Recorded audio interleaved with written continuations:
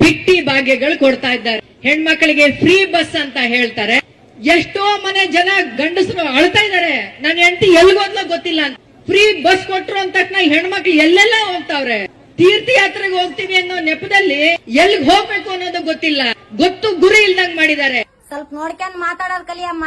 Cinema ನಟಿ ಶ್ರುತಿ ಅವ್ರೆ, ದಾರಿ ತಪ್ಪೋರು ದುಡ್ಕೊಂಡ್ ತಿನ್ನ ಮಹಿಳೆಯರಲ್ಲ. 3 ಹೊತ್ತು ಮೇಕಪ್ ಮಾಡ್ಕೊಂಡು 3 ಗಂಡ್ರ ಜೊತೆಗೆ ಜೀವನ ಮಾಡ್ತಾರಲ್ಲ ಅಂತರ್ಗೆ ಅದು ಅವ್ರಿಗೆ ಗೊತ್ತಿರುತ್ತ.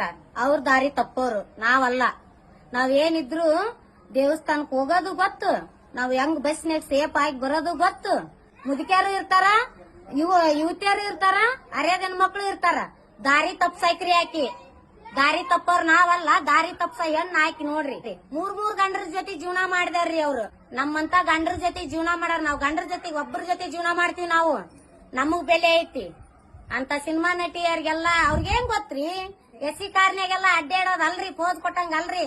ನಾವ್ ಬಸ್ನಾಗ ಎದಕ್ ಹೋಗ್ತಿವ್ರಿ? ನಮ್ ಕಷ್ಟ ಅಂತ ಈ ದವಾಖಾನಿಗೆ ಅಂತ ಹೋಗಿರ್ತೀವಿ. ನಮ್ ಕಷ್ಟ ರೀ ಅದು. ತಿಳೋದ್ ಮಾತಾಡ್ ನೀನು. ತಿಳೋದ್ ಏನ್ ಮಾತಾಡ್ತಿ ಅಂದ್ರ ಇನ್ನೊಬ್ರು ನಿನ್ ತಾಯಿನೂ ಅದಾಳ, ನಿನ್ ತಾಯಿನೂ ಹೋಗಿರ್ತಾಳ. ನಿನ್ ತಾಯಿನ ಅದೇ ತರನ ತಿಳ್ಕೊಬೇಕಾ? ನಿನ್ ತಾಯಿನ ದಾರಿ ತಪ್ಪ್ಯಾಳ, ನೀ ತಪ್ಪಿದಿ. ನಾವ್ ತಪ್ಪಿಲ್ಲ. ನಿನಗ್ ಸಿನಿಮಾ ಮಾಡಕ್ ಅಷ್ಟ ಲಾಯಕ್ ನೀನ. ನಮ್ಮ ಬಡವ್ರದ್ 2,000 ರೂಪಾಯಿ ಹಾಕ್ತಾನ, ನಾವ್ ಅದರಿಂದ ನಮ್ ಜೀವನ